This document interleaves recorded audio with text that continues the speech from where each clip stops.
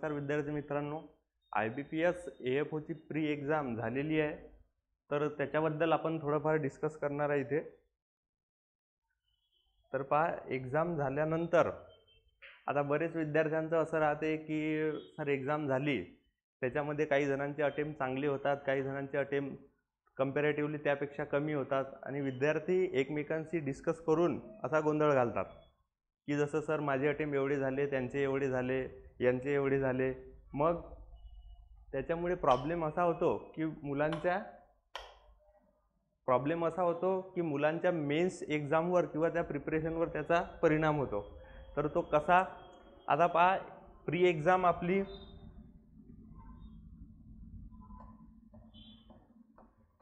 झाली 30 तारखेला, 30 डिसेंबर. मग त्याच्यामध्ये पहिलं सेक्शन होतं इंग्लिश, नंतर दुसरं सेक्शन होतं रिझनिंग आणि तिसरं सेक्शन होतं क्वांट किंवा मॅथमॅटिक्स. आता याच्यामध्ये काय झालं, हे तिन्ही 50 क्वेश्चन 50 क्वेश्चन 50 क्वेश्चन आणि इकडे होते इंग्लिश 25 मार्क्ससाठी क्वेश्चन मार्क्स,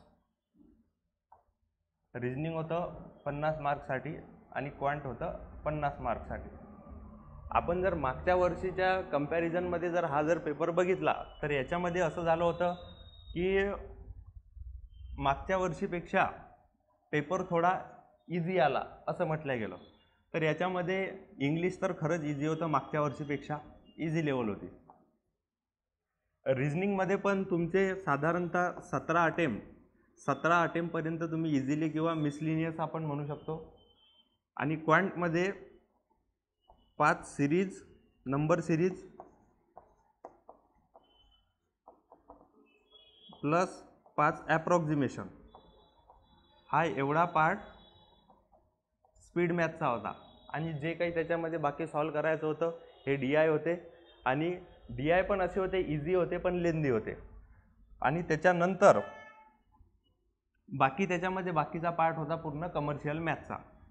तर इंग्लिशमध्ये आपण अटेम्प्ट जर बघितले तर साधारणतः विद्यार्थ्यांचे 30च्या वर अटेम्प्ट आहे, अबो 30. रिझनिंग जर बघितलं तर खूप व्हॅरी होत आहे रिझनिंगचं, तरी आपण 14 पासून तर 25-26 पर्यंत या रेंजमध्ये विद्यार्थ्यांचे अटेम्प्ट गेलेले आहेत.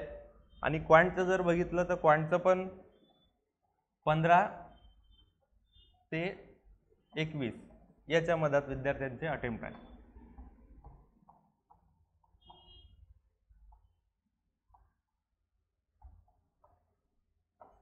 मग आता आपण जर या कटऑफचा विचार करत बसलो तर त्याचा परिणाम आपल्या मेन्सवर होईल. कारण विद्यार्थी याची वाट पाहत राहतात की सर प्रीचा रिझल्ट लागला तेव्हा आम्हाला समजेल की आम्ही प्री पास झालो की नाही. मग त्याची जर तुम्ही वाट पाहत बसले तर IBPS AFOचा किंवा SOचा ही दरवर्षी सरप्रायझिंग राहते. याच्यामध्ये काही असा फिक्स पॅटर्न नाही आहे की तुमचा रिझल्ट 10 तारखेपर्यंत 12 तारखेपर्यंत लागून जाईल. आधी होत होतं तसं, पण मागच्या 2 वर्षामध्ये जर आपण बघितलं तर एक्झामच्या 1 वीक आधी रिझल्ट लागत आहे. आणि तुम्ही जर रिझल्टची वाट पाहत बसले मग प्रिपरेशन सुरू करू म्हटलं तर एक्झामच्या 1 वीक आधी किंवा 10 दिवसाआधी जर रिझल्ट लागला तर तुमच्या 10 दिवसामध्ये पूर्ण एवढा मोठा ॲग्रिकल्चरचा सिलेबस कंप्लीट होत नाही. सिलेबस काय तुम्हाला रिव्हिजन मारायला पण खूप भारी जाईल. त्याच्यामुळे मी तरी हेच सांगत राहतो की रिझल्टची वाट पाहू नका. रिझल्टची जर वाट पाहत बसले, कारण लास्ट इयरला असंच झालं होतं की विद्यार्थ्यांचे अटेम्प्ट बऱ्यापैकी, आता अटेम्प्टबद्दल आपण काही बोलू नये, अटेम्प्ट एवढे झालेले किंवा या रेंजमध्ये अटेम्प्ट आहेत. मग अटेम्प्ट झाल्यानंतर काही जणांनी, मग विद्यार्थी काय करतात, यूट्यूबवर वेगवेगळ्या चॅनल्सवर बघतात की ॲनालिसिस बघतात आणि सर अटेम्प्ट एवढे झाले, एक्सपेक्टेड कट ऑफ किती लागेल, रिझल्ट किती लागेल, हेच टेन्शन सुरू राहते.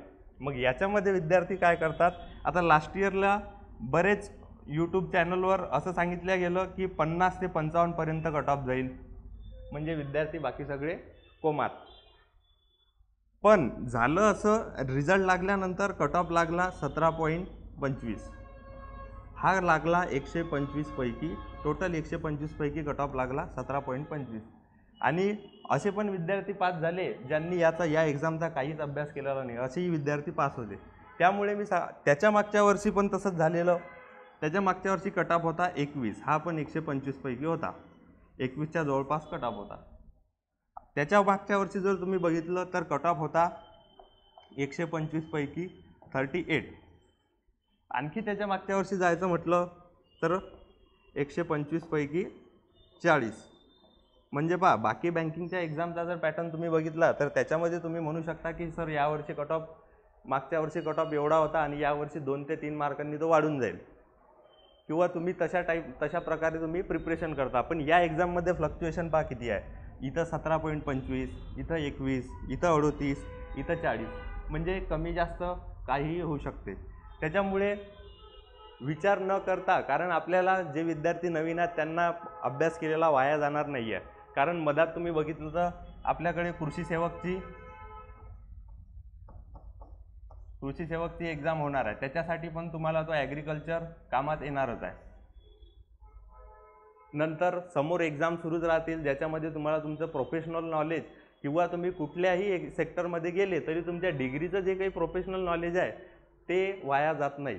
त्याच्यामुळे मी तरी हेच सांगेल की प्रीच्या रिझल्टचा वाट पाहू नका आणि कट ऑफ कधी किती लागेल काय लागेल याबद्दल चर्चा करू नका.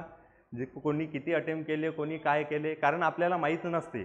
कारण विषय कसा आहे पहा, फॉर एक्झाम्पल तुम्ही पेपरला गेल्यानंतर तुमचे काही सिनियर्स असतील तिथं, त्यांचं ग्रुप डिस्कशन झालं की आमचे कट ऑफ आम्ही अटेम्प्ट केलेला आहे. फॉर एक्झाम्पल कॉम्बो जर बघितला तर कॉम्बोचा अटेम्प्ट आमचा बऱ्याच विद्यार्थ्यांचा गेलेला आहे, 40च्या वर, 40 अबोव आहे. आणि तुम्ही एक फ्रेशर आहे. इथं फरक पडते एन्व्हायरमेंटचा. इथं तुम्ही फ्रेशर आहे, तुम्ही जर या विद्यार्थ्यांमध्ये जाऊन बसले तर ऑब्व्हियसली यांचे 3-4 वर्ष झाली, यांचे अटेम्प्ट एवढे राहणारच आहेत.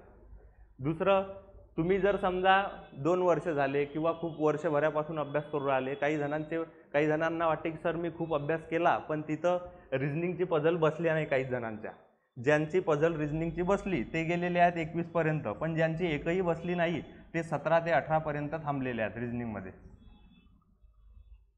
त्याच्यामुळे ॲव्हरेज अटेम्प्ट जरी आपण बघितला तरी बऱ्याच जणांचा मग आता फ्रेशर्स इथं राहू शकतात. जे 2-3 वर्ष एक्सपिरियन्स स्टुडंट आहेत त्यांचा अटेम्प्ट रिझनिंगचा कुठं 26 आहे, कुठं 21 आहे, ज्यांच्या पझल बसल्या त्या. पण मग तुम्ही आता ज्या सराउंडिंगमध्ये जासाल त्या सराउंडिंगचे विद्यार्थी तुम्हाला भेटत जातील. कारण तुम्हाला माहिती नाही आहे की यावर्षी फ्रेशर्स किती विद्यार्थ्यांनी पेपर दिलेला आहे. नंतर तुम्हाला हे माहिती नाही आहे की नवीन जे रावेचे स्टुडंट होते यांना पण यावर्षी अलाव केलं, हे विद्यार्थी किती आहेत. नंतर तुम्ही हे पण नाही सांगू शकत की मुलांचे एवढे अटेम्प्ट झालेले आहेत पण त्याच्यामधून त्यांच्या चुका किती आहेत. अटेम्प्ट तर झाले पण हे अटेम्प्ट काय पूर्ण आपण फुल गॅरंटी घेऊन सांगू शकतो का की एकदम ॲक्युरेसीने अटेम्प्ट केलेले आहेत, किंवा 50-56 अटेम्प्ट केले हे सगळ्यांचे एवढे मार्क येणारच आहेत असं होत नाही. आणि यावेळेस जो पेपर झालेला आहे तो 2 शिफ्टमुळे झालेला आहे. थोडंफार नॉर्मलायझेशनचा पण चान्स बनू शकतो.